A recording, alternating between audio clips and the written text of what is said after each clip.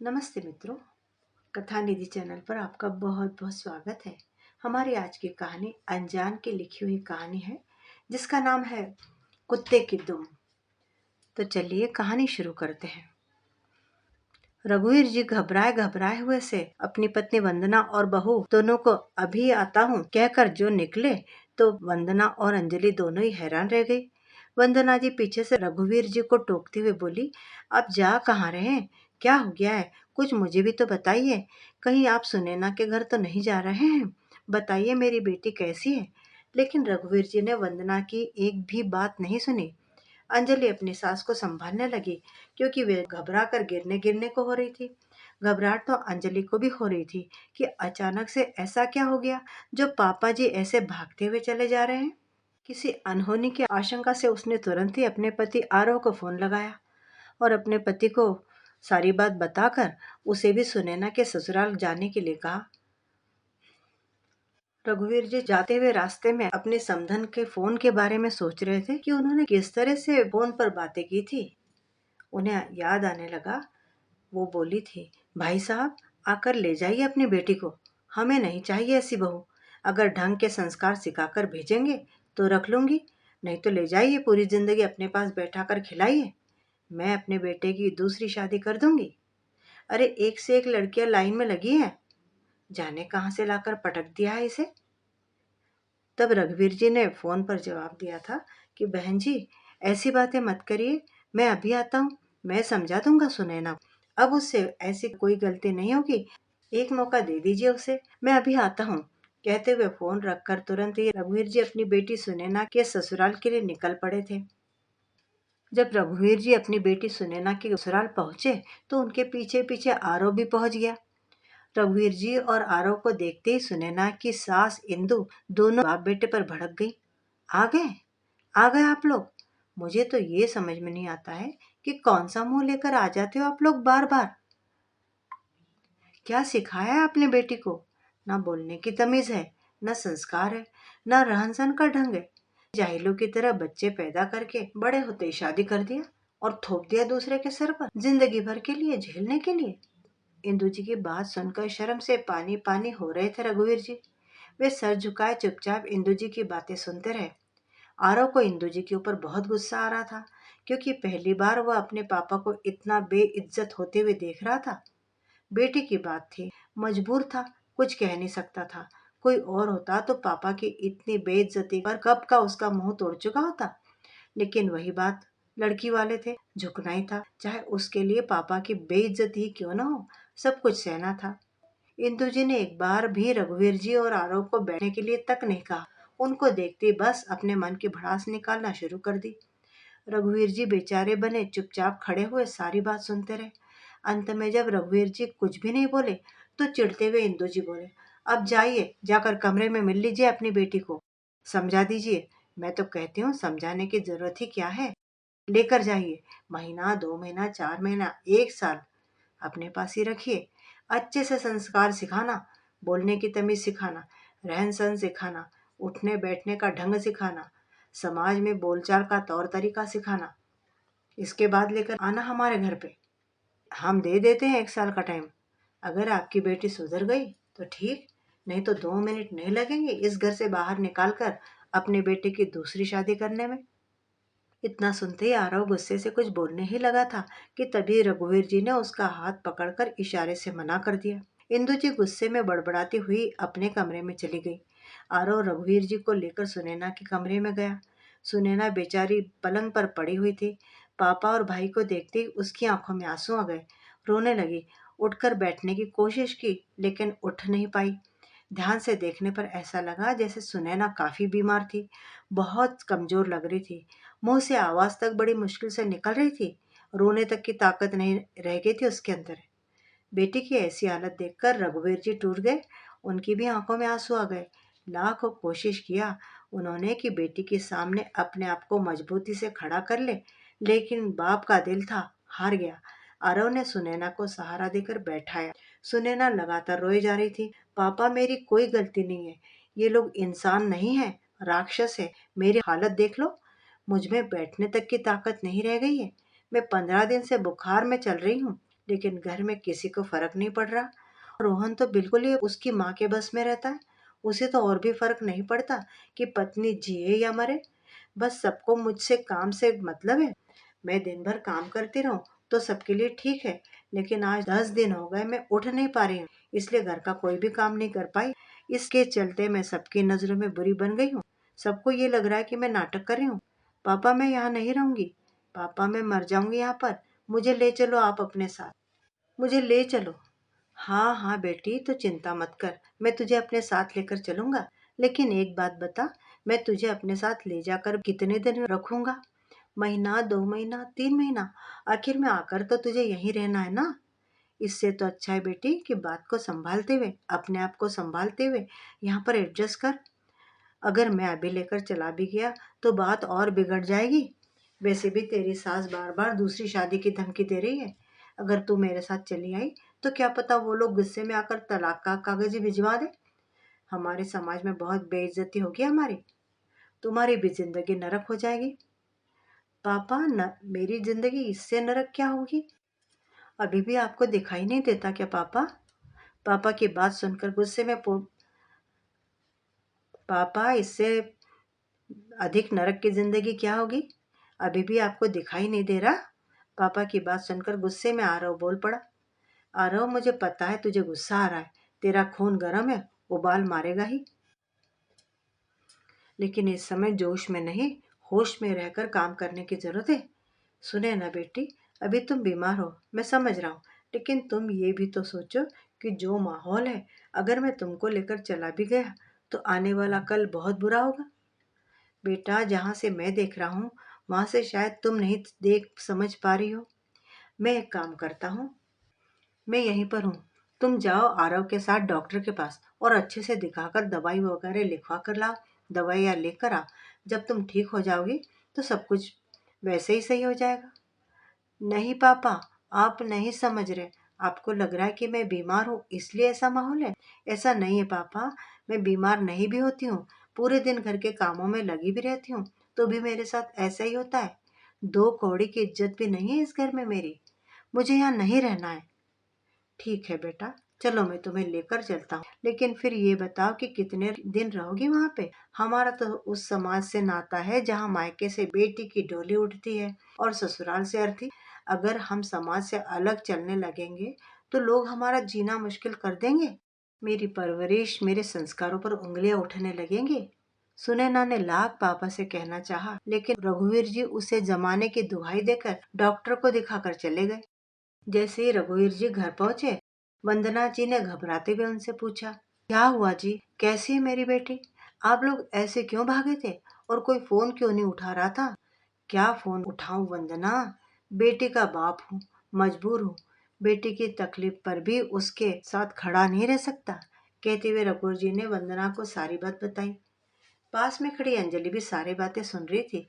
सुनैना की तकलीफ सुनकर उसे रघुवीर जी पर गुस्सा आया कि ऐसी हालत में भी पापा सुनैना को वहीं छोड़कर चले आए। जमाने के चक्कर में।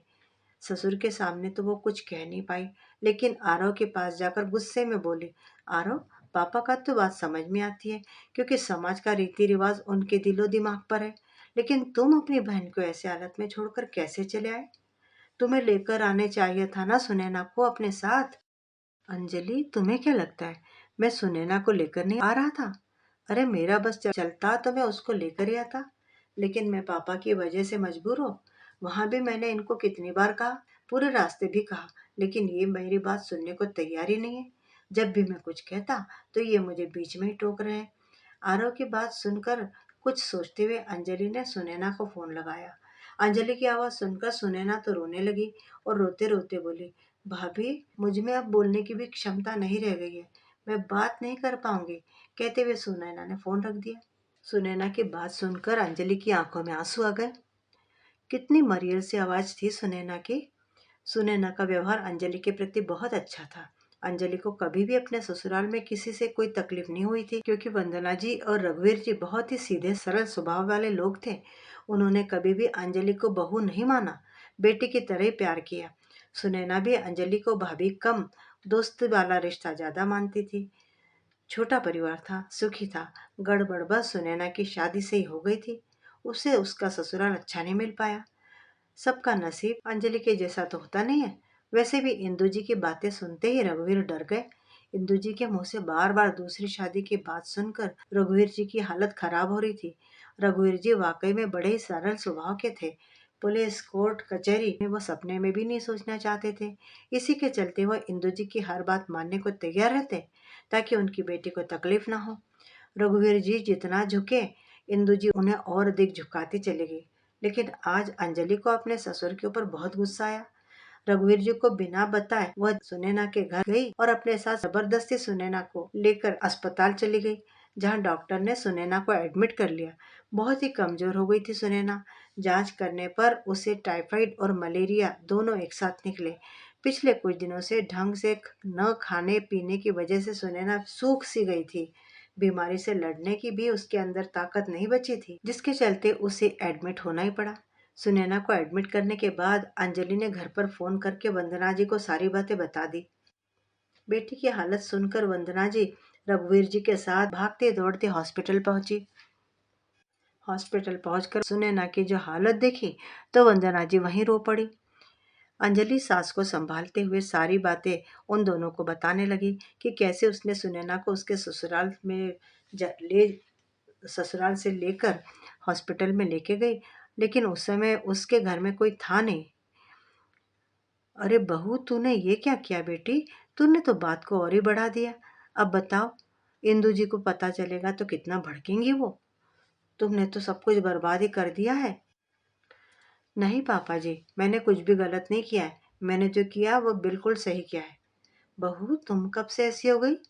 तुम लोगों की बात को मुझे ही संभालना पड़ेगा।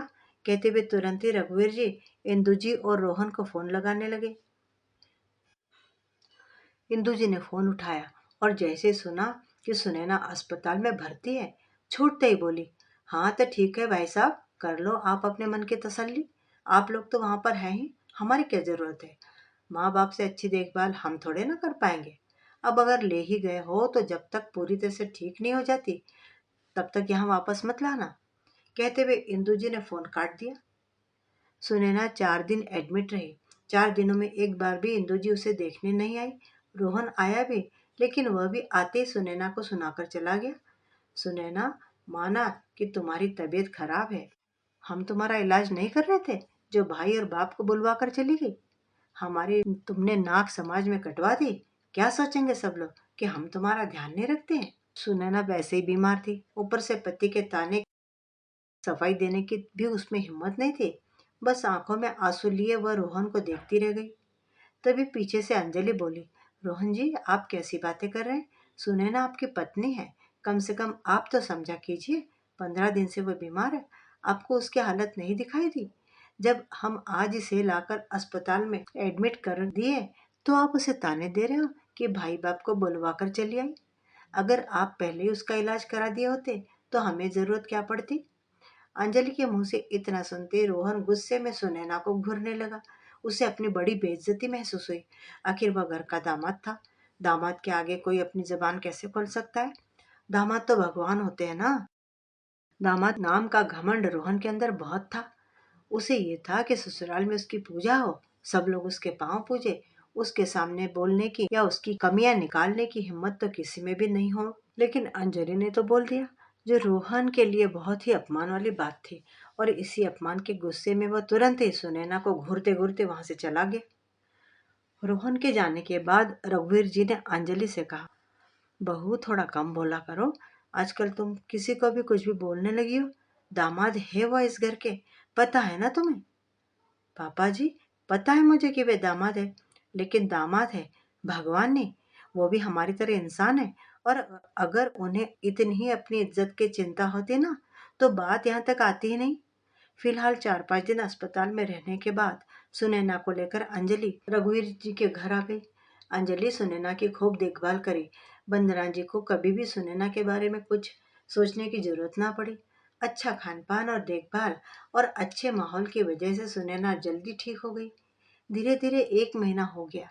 1 महीने में किसी ने भी एक बार भी फोन करके सुनैना का हाल ससुराल से पूछा नहीं। यहाँ तक कि रोहन ने भी। रघुवीर जी ही हर दूसरे दिन तीसरे दिन फोन करके सुनैना के ससुराल वालों से हालचाल पूछ लेते। धीरे धीरे 2 महीने निकल गए। एक दिन इंदु जी का फोन आया। वे बोले, भाई साहब, अब क्या पूरी जिंदगी अपने घर पर ही रखना है अपनी बेटी को, या कुछ जिम्मेदारियां भी सिखाओगे अपनी बेटी को, या अभी तक बीमारी खत्म नहीं हुई इसकी? नहीं नहीं बहन जी, ऐसी बात नहीं है। सुनैना अब बिल्कुल ठीक है। आप जब चाहे तब उसे ले जा सकती है। ले जाने की क्या बात है भाई साहब, जैसे लेकर गए थे वैसे ही लाकर पहुंचा दो। हमारे यहाँ कोई खाली नहीं बैठा है। फोन स्पीकर पर था। इतना सुनते ही अंजलि ने तुरंत ही फोन लेते हुए कहा, आंटी जी, फिलहाल तो सुनैना दीदी अभी पूरी तरह से ठीक नहीं हुई है। दूसरी बात, भाई आपके घर की बहू है, अगर आप ले जाना चाहते हैं तो शौक से ले जाइए। हमारी तो बेटी है, इसीलिए उसे हम लेकर आए थे। लेकिन आप अगर अपनी बहू को ले जाना चाहते तो ले जा सकती है। हमारे यहाँ बेटियों को ससुराल में छोड़ आने का रिवाज नहीं है। देखो अंजलि, मुझे पता है कि तुम बहुत तेज हो, लेकिन मुझसे जबान मत लड़ाना। अगर लाकर छोड़ दोगे तो ठीक, नहीं तो पूरी जिंदगी अपने घर में ही रखना। हमें नहीं है जरूरत। तो ठीक है आंटी जी, कोई बात नहीं। आपको जरूरत नहीं है ना, हमें तो है। अगर आपको जरूरत है तो आप आकर ले जाइए, हम तो पहुंचाने से रहे। और दूसरी बात ये कि बार बार ये धमकी देना तो आप बंद ही कर दीजिए। आपको क्या लगता है आपकी धमकियों से हम डर जाएंगे? पापा जी सीधे साधे हैं, उन्हें आप डरा सकती है, मुझे नहीं। पापा जी पुलिस कोर्ट कचहरी में पढ़ना नहीं चाहते, लेकिन हमारे साथ ऐसा कुछ नहीं। मेरे पापा भी पुलिस में ही है, आपको पता ही होगा। एक बार बस उनसे बात करने की जरूरत है मुझे, तब मुझे कहीं भी जाना नहीं पड़ेगा। रही बात दूसरी शादी की, तो कर लीजिए आप दूसरी शादी अपने बेटे की। मैं भी देखती हूँ कैसे कर लेंगे आप। इतना आसान होता है क्या दूसरी शादी कर लेना? पहली बार अंजलि ने इंदु जी से बात की थी। रघुवीर जी लगातार अंजलि को डांटे जा रहे थे। अंजलि फोन लेकर अपने कमरे में चली गई और अंदर से दरवाजा बंद करके इंदु जी को खूब सुनाई। पुलिस कोर्ट कचहरी सारी धमकियां उसने भी दे डाली और साफ साफ बोली, आंटी जी, अगर आइंदा से सुनैना दीदी की हालत ऐसी हुई या उन्हें कोई भी दुख और तकलीफ हुआ तो 2 मिनट ना लगेंगे मुझे अपने पापा को सारी बात बताते हुए। और फिर इसके बाद आपकी क्या हालत होगी, आपके बेटे की क्या हालत होगी, आप ये भी समझ लेना। मेरे सास ससुर शरीफ हैं, सरल स्वभाव के हैं। मैं नहीं हूँ। मैं पुलिस वाले की बेटी हूँ। सारे नियम कानून मुझे भी पता है। एक फोन घुमाने की जरूरत है। अब आप खुद डिसाइड कर लो कि आपको अपनी बहू को घर ले जाना है या जेल जाना है। इतना कह के अंजलि ने फोन काट दिया। पहली बार इंदु जी का मुंह देखने लायक बन गया था। पहली बार उनके चेहरे पर डर दिखाई दे रहा था। जब यह बोलने में ही इतनी तेज है, जब यह नॉर्मल समझाने में ऐसी बातें बोल रही है, तो जाने गुस्से में क्या कर बैठे। वैसे भी इसका बाप कह रही है कि पुलिस में ये लोग तो कुछ भी करवा सकते। सच में अगर हमें जेल भिजवाया तो? मुझे तो लगा कि रघुवीर जी और वंदना जी की तरह ये भी सीधा सादी निकलेगी, लेकिन ये तो बड़ी तेज निकली। बात बात पर पुलिस की धमकी दे रही है। पुलिस वाले की बेटी है, इसे तो सच में सारे कानून पता होंगे। उसके बहकावे में आकर अगर सच में इसका बाप मेरे घर आ गया तो? आगे का सोचकर डर गई इंदु जी और तुरंत ही फोन करके रघुवीर जी को बड़े ही नॉर्मल भाषा में बोली, भाई साहब, 2 दिन बाद मैं किसी को भेजती हूँ सुनैना को लेने के लिए। आप उसके आने की तैयारी कर दीजिए। और हाँ, आप लोग चिंता मत कीजिए, यहाँ पर उसे किसी चीज की तकलीफ नहीं होगी, दुख भी नहीं होगा। यहाँ पर हम सब उसका अच्छे से ख्याल रखेंगे। पहली बार सुनैना जी के मुंह से ये सारी बातें सुनकर रघुवीर जी की आंखों में आंसू आ गए। खुशी से उन्होंने वंदना जी की ओर देखा।